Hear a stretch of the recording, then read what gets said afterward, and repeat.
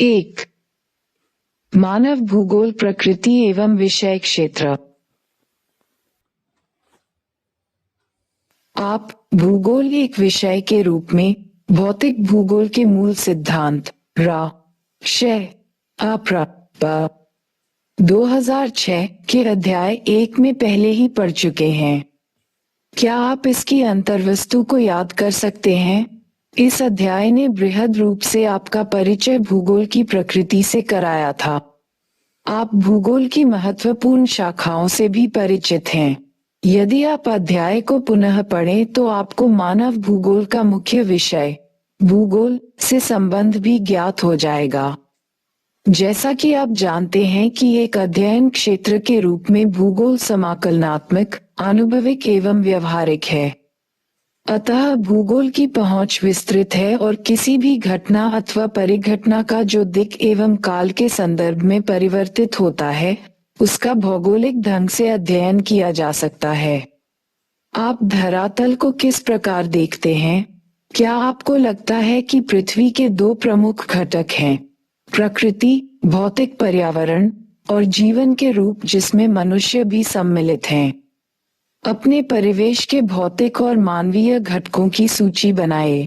भौतिक भूगोल भौतिक पर्यावरण का अध्ययन करता है और मानव भूगोल भौतिक, प्राकृतिक एवं मानवीय जगत के बीच संबंध, मानवीय परिघटनाओं का स्थानिक वितरण तथा उनके घटित होने के कारण एवं विश्व के विभिन्न भागों में सामाजिक और आर्थिक विभिन्नताओं का अध्ययन करता है।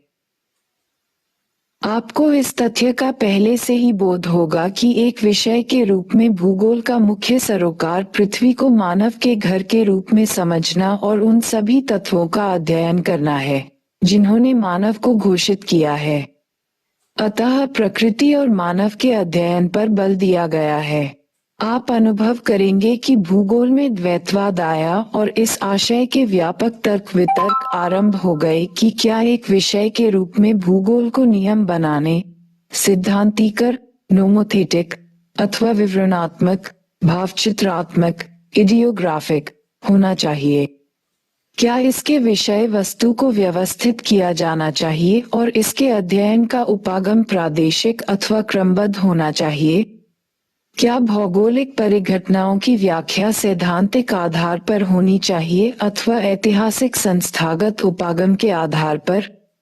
ये बौद्धिक अभ्यास के मुद्दे रहे हैं और अंततः आप मूल्यांकन करेंगे कि प्रकृति और मानव के बीच वैधता नहीं है, क्योंकि प्रकृति और मानव अविभाज्य तत्व हैं और इन्हें समग्रता में देखा जाना चाहिए। ये जानना रुचिकर है कि भौतिक और मानवीय दोनों परिघटनाओं का वर्णन मानव शरीर रचना विज्ञान से प्रतीकों का प्रयोग करते हुए रूपकों के रूप में किया जाता है। हम सामान्यतः पृथ्वी के रूप, तूफान की आंख, नदी के मुख, हिमनदी के प्रोत, नासिका, जलडमरू मध्य की ग्रीवा और मृदा की परिच्छेदिका का वर्णन करते हैं।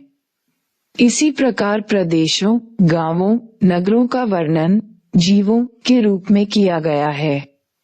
जर्मन भूगोलवेत्ता राज्य, देश का वर्णन जीवित जीव के रूप में करते हैं। सड़कों, रेलमार्गों और जलमार्गों के जाल को प्रायः परिसंचरण की धमनियों के रूप में वर्णन किया जाता है। क्या आप अपनी भाषा से ऐसे शब्दों और अभिव्यक्तियों को एकत्रित कर सकते हैं? अब मूल प्रश्न उत्पन्न होता है कि क्या हम प्रकृति और मनुष्य को पृथक कर सकते हैं जबकि वे इतनी जटिलता से आपस में जुड़े हुए हैं? मानव भूगोल की परिभाषाएं। मानव भूगोल मानव समाजों और धरातल के बीच संबंधों का संश्लेषित अध्ययन है। उद्धरण चिन्ह रेड जेल। ऊपर दी गई परिभाषा में संश्लेषण पर जोर दिया गया है। मानव भूगोल अस्थिर पृथ्वी और क्रियाशील मानव के बीच परिवर्तनशील संबंधों का अध्ययन है। उद्धरण चिन्ह एलन सी सेम्पल। सेम्पल की परिभाषा में संबंधों की गत्यात्मिकता मुख्य शब्द है। हमारी पृथ्वी को नियंत्रित करने वाले भौतिक नियमों तथा इस पर रहने वाले जीवों के मध्य संबंधों के अधिक संश्लेषित ज्ञान से उत्पन्न संकल्पना। उद्धरण चिन्ह Paul Vidal de la Blache. मानव भूगोल पृथ्वी और मनुष्य के अंतर्संबंधों की एक नई संकल्पना प्रस्तुत करता है। मानव भूगोल की प्रकृति। मानव भूगोल भौतिक पर्यावरण तथा मानव जनित सामाजिक सांस्कृतिक पर्यावरण के अंतर्संबंधों का अध्ययन उनकी परस्पर अन्योन्य क्रिया के द्वारा करता है। आप अपनी कक्षा शीवी की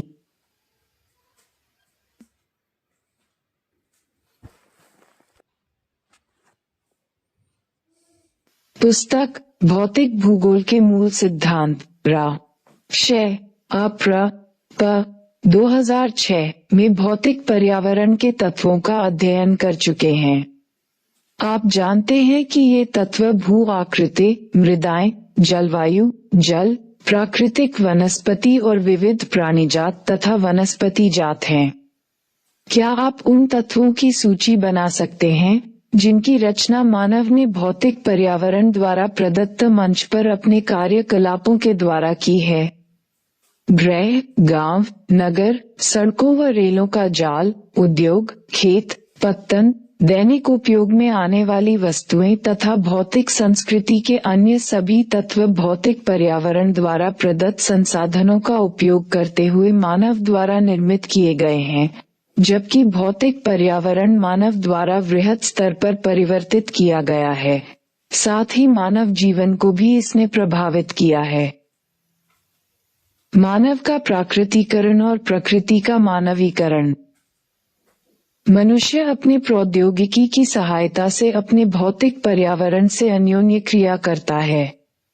यह महत्वपूर्ण नहीं है कि मानव क्या उत्पन्न और निर्माण करता है, बल्कि यह अत्यंत महत्वपूर्ण है कि वह किन उपकरणों और तकनीकों की सहायता से उत्पादन और निर्माण करता है। प्रौद्योगिकी किसी समाज के सांस्कृतिक विकास के स्तर की सूचक होती है। मानव प्रकृति के नियमों को बेहतर ढंग से समझने के बाद ही प्रौद्योगिकी का विकास कर पाया। उदाहरणार्थ, घर्षण और ऊष्मा की संकल्पनाओं ने अग्नि की खोज में हमारी सहायता की। इसी प्रकार डीएनए और आनुवांशिकी के रहस्यों की समझ ने हमें अनेक बीमारियों पर विजय पाने के योग्य बनाया। अधिक तीव्र गति से चलने वाले यान विकसित करने के लिए हम वायु गति के नियमों का प्रयोग करते हैं। आप देख सकते हैं कि प्रकृति का ज्ञान प्रौद्योगिकी को विकसित करने के लिए महत्वपूर्ण है और प्रौद्योगिकी मनुष्य पर पर्यावरण की बंदिशों को कम करती है। प्राकृतिक पर्यावरण से अन्योन्य क्रिया की आरंभिक अवस्थाओं में मानव इससे अत्यधिक प्रभावित हुआ था। उन्होंने प्रकृति के आदेशों के अनुसार अपने आप को ढाल लिया। इसका कारण ये है कि प्रौद्योगिकी का स्तर अत्यंत निम्न था और मानव के सामाजिक विकास की अवस्था भी आदिम थी। आदिम मानव समाज और प्रकृति की प्रबल शक्तियों के बीच इस प्रकार की अन्योन्य क्रिया को पर्यावरणीय निश्चयवाद कहा गया। प्रौद्योगिक विकास की उस अवस्था में हम प्राकृतिक मानव की कल्पना कर सकते हैं जो प्रकृति को सुनता था, उसकी प्रचंडता से भयभीत होता था और उसकी पूजा करता था। मानव का प्राकृतिकरण। गेंदा मध्य भारत के अबूझमाड़ क्षेत्र के जंगलों में रहता है। उसके गांव में 3 झोपड़ियां हैं जो जंगल के बीच हैं। यहाँ तक कि पक्षी और आवारा कुत्ते, जिनकी भीड़ प्रायः गांवों में मिलती है, भी यहाँ दिखाई नहीं देते। छोटी लंगोटी पहने और हाथ में कुल्हाड़ी लिए वह पेंडा वन का सर्वेक्षण करता है, जहाँ उसका कबीला कृषि का आदिम रूप स्थानांतरी कृषि करता है। बेंदा और उसके मित्र वन के छोटे टुकड़ों को जुताई के लिए जलाकर साफ करते हैं। राख का उपयोग मृदा को उर्वर बनाने के लिए किया जाता है। अपने चारों ओर खिले हुए महुआ वृक्षों को देखकर बेंदा प्रसन्न है। जैसे ही वह महुआ, पलाश और साल के वृक्षों को देखता है, जिन्होंने बचपन से ही उसे आश्रय दिया है, वह सोचता है कि इस सुंदर ब्रह्मांड का अंग बनकर वह कितना सौभाग्यशाली है। विस्प गति से पेंडा को पार करके बंदा नदी तक पहुंचता है। जैसे ही वह चुल्लू भर जल लेने के लिए झुकता है, उसे वन की आत्मा लोई लुगी की प्यास बुझाने की स्वीकृति देने के लिए धन्यवाद करना याद आता है।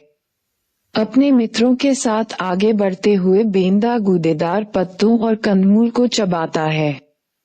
लड़के वन से गहरा और कुचला का संग्रहण करने का प्रयास कर रहे हैं। ये विशिष्ट पादप हैं जिनका प्रयोग बंदा और उसके लोग करते हैं। वह आशा करता है कि वन की आत्माएं दया करेगी और उसे उन जड़ी बूटियों तक ले जाएंगी। ये आगामी पूर्णिमा को मधाए अथवा जनजातीय मेले में वस्तु विनिमय के लिए आवश्यक है। वह अपने नेत्र बंद करके स्मरण करने का कठिन प्रयत्न करता है जो उसके बुजुर्गों ने उन जड़ी बूटियों और उनके पाए जाने वाले स्थानों के बारे में समझाया था। वह चाहता है कि काश उसने अधिक ध्यानपूर्वक सुना होता। अचानक पत्तों में खड़खड़ाहट होती है। बंदा और उसके मित्र जानते हैं कि ये बाहरी लोग हैं जो इन जंगलों में उन्हें ढूंढते हुए आए हैं। एक ही प्रवाही गति से बेंदा और उसके मित्र सघन वृक्षों के वितान के पीछे अदृश्य हो जाते हैं और वन की आत्मा के साथ एकाकार हो जाते हैं। बॉक्स की कथा मानव का प्राकृतिकरण आर्थिक दृष्टि से आदिम समाज से संबंधित एक घर के प्रत्यक्ष संबंधों का प्रतिनिधित्व करती है। ऐसे अन्य आदिम समाजों के संबंध में पड़े जो प्राकृतिक पर्यावरण के साथ पुनर्तः सामंजस्य बनाए हुए हैं। आप अनुभव करेंगे कि ऐसे सभी प्रकरणों में प्रकृति एक शक्तिशाली बल, पूज्य, सत्कार योग्य तथा संरक्षित है। सतत पोषण हेतु मनुष्य प्राकृतिक संसाधनों पर प्रत्यक्ष रूप से निर्भर है। ऐसे समाजों के लिए भौतिक पर्यावरण माता प्रकृति का रूप धारण करता है। समय के साथ लोग अपने पर्यावरण और प्राकृतिक बलों को समझने लगते हैं। अपने सामाजिक और सांस्कृतिक विकास के साथ मानव बेहतर और अधिक सक्षम प्रौद्योगिकी का विकास करते हैं। वे अभाव की अवस्था से स्वतंत्रता की अवस्था की ओर अग्रसर होते हैं। पर्यावरण से प्राप्त संसाधनों के द्वारा वे संभावनाओं को जन्म देते हैं। मानवीय क्रियाएं सांस्कृतिक भूदृश्य की रचना करती हैं। मानवीय क्रियाओं की छाप सर्वत्र है। उच्च भूमियों पर स्वास्थ्य विश्राम स्थल, विशाल नगरीय प्रसार, खेत, फलोद्यान मैदानों व तरंगित पहाड़ियों में चरागाहें, तटों पर पत्तन और महासागरीय तल पर समुद्री मार्ग तथा अंतरिक्ष में उपग्रह इत्यादि। पहले के विद्वानों ने इसे संभववाद का नाम दिया। प्रकृति अवसर प्रदान करती है और मानव उनका उपयोग करता है तथा धीरे धीरे प्रकृति का मानवीकरण हो जाता है तथा प्रकृति पर मानव प्रयासों की छाप पड़ने लगती है। प्रकृति का मानवीकरण। ट्रोंडहाइम के शहर में सर्दियों का अर्थ है प्रचंड पवनें और भारी हिम। महीनों तक आकाश अदीप्त रहता है। कैरी प्रातः 8 बजे अंधेरे में कार से काम पर जाती है। सर्दियों के लिए उसके पास विशेष टायर हैं और वह अपनी शक्तिशाली कार की लाइटें जलाए रखती है। उसका कार्यालय सुखदायक 23 डिग्री सेल्सियस पर कृत्रिम ढंग से गर्म रहता है। विश्वविद्यालय का परिसर जिसमें वह काम करती है, कांच के एक विशाल गुंबद के नीचे बना हुआ है। ये गुंबद सर्दियों में हिम को बाहर रखता है और गर्मियों में धूप को अंदर आने देता है। तापमान को सावधानीपूर्वक नियंत्रित किया जाता है और वहां पर्याप्त प्रकाश होता है। यद्यपि ऐसे रुक्ष मौसम में नई सब्जियां और पौधे नहीं उगते। कैरी अपने डेस्क पर ऑर्किड रखती है और उष्णकटिबंधीय फलों जैसे केला व कीवी का आनंद लेती है। ये नियमित रूप से वायुयान द्वारा उष्ण क्षेत्रों से मंगाए जाते हैं। माउस की एक क्लिक के साथ कैरी नई दिल्ली में अपने सहकर्मियों से कंप्यूटर नेटवर्क से जुड़ जाती है।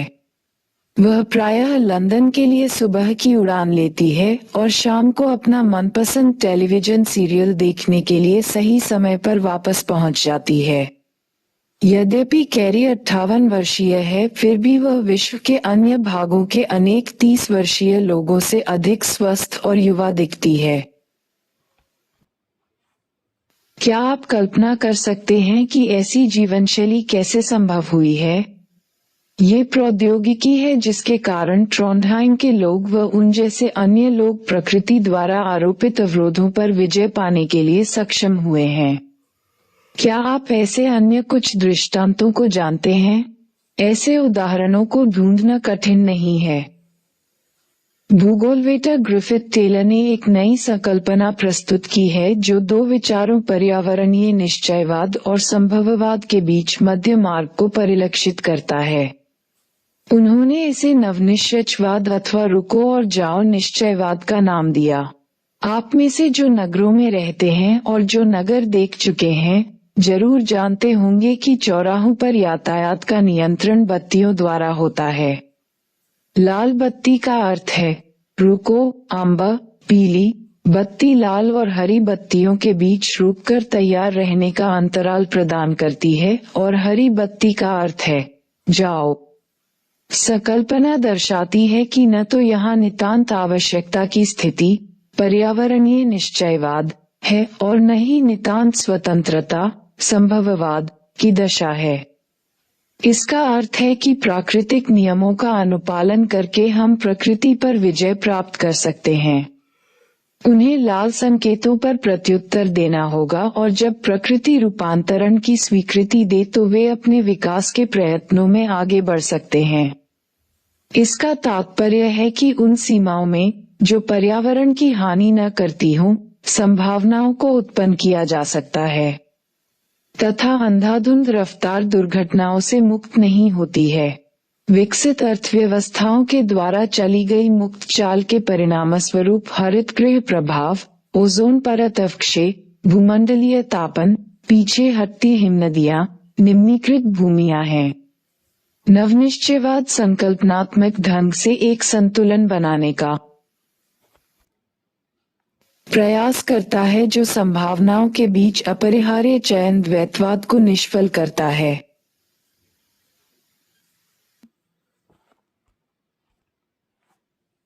मानव भूगोल की कल्याणपरक अथवा मानवतावादी विचारधारा का संबंध मुख्यतः लोगों के सामाजिक कल्याण के विभिन्न पक्षों से था। इनमें आवासन, स्वास्थ्य और शिक्षा जैसे पक्ष सम्मिलित थे। भूगोलवेताओं ने पहले ही स्नातकोत्तर पाठ्यचर्या में सामाजिक कल्याण के रूप में भूगोल का एक कोर्स आरंभ कर दिया है। आमूलवादी रेडिकल विचारधारा ने निर्धनता के कारण बंधन और सामाजिक असमानता की व्याख्या के लिए मार्क्स के सिद्धांत का उपयोग किया। समकालीन सामाजिक समस्याओं का संबंध पूंजीवाद के विकास से था। व्यवहारवादी विचारधारा ने प्रत्यक्ष अनुभव के साथ साथ मानव जातीयता, प्रजाति, धर्म इत्यादि पर आधारित सामाजिक संवर्गों के दिक्काल बोध पर ज्यादा जोर दिया। मानव भूगोल के क्षेत्र और उपक्षेत्र। मानव भूगोल, जैसा कि आपने देखा, मानव जीवन के सभी तत्वों तथा अंतराल जिसके अंतर्गत वे घटित होते हैं के मध्य संबंध की व्याख्या करने का प्रयत्न करती है। इस प्रकार मानव भूगोल की प्रकृति अत्यधिक अंतर विषयक है। पृथ्वी तल पर पाए जाने वाले मानवीय तत्वों को समझने व उनकी व्याख्या करने के लिए मानव भूगोल सामाजिक विज्ञानों के सहयोगी विषयों के साथ घनिष्ठ अंतरापृष्ठ विकसित करती है। ज्ञान के विस्तार के साथ नए उपक्षेत्रों का विकास होता है और मानव भूगोल के साथ भी ऐसा ही हुआ। आइए मानव भूगोल के क्षेत्रों और उपक्षेत्रों का परीक्षण करें। आरंभिक उपनिवेश युग। साम्राज्य और व्यापारिक रुचियों ने नए क्षेत्रों में खोजों व अन्वेषणों को प्रोत्साहित किया। क्षेत्र का विश्वज्ञान कोशीय विवरण भूगोलवेताओं द्वारा वर्णन का महत्वपूर्ण पक्ष बना।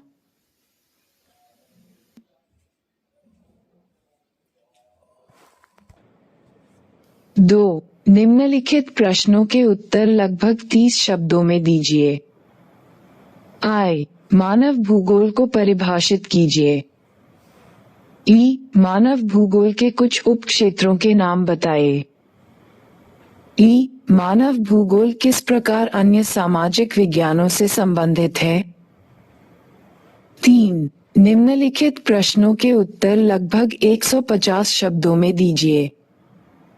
आई मानव के प्राकृतिकरण की व्याख्या कीजिए।